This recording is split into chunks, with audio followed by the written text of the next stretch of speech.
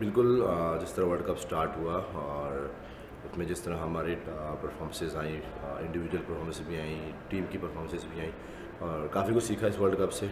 और different condition थी, different situations में खेलते रहे, बॉलिंग करते रहे। एक दफ़ा लेट डाउन हुए, जिस तरह अप्स एंड डाउन तो आते हैं। जिस तरह पहले 2 मैच हम हार गए, बट स्टिल हमें एक होप थी कि हम फाइनल तक जा सकते हैं। और उसी वजह से अल्हम्दुलिल्लाह जिस तरह टीम खेली, वापस कम बैक किया नेदरलैंड के ख़िलाफ़। उसके बाद जिस तरह थ्रू आउट आगे हमने मैचेस खेले और सेमीफाइनल जिस तरह खेला, और उससे काफ़ी कॉन्फिडेंस में थे। और बट अनफॉर्चुनेटली फाइनल हम हार गए।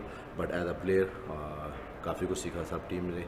और अभी भी टीम ने एक दूसरे को जिस तरह बैक करते हैं, एक दूसरे पे बिलीव है, और जिस तरह का बाबर भाई है, जिस तरह वो टीम के साथ चलते हैं और जिस तरह हर प्लेयर के साथ वो बात भी करते हैं और उनको वो कॉन्फिडेंस देते हैं।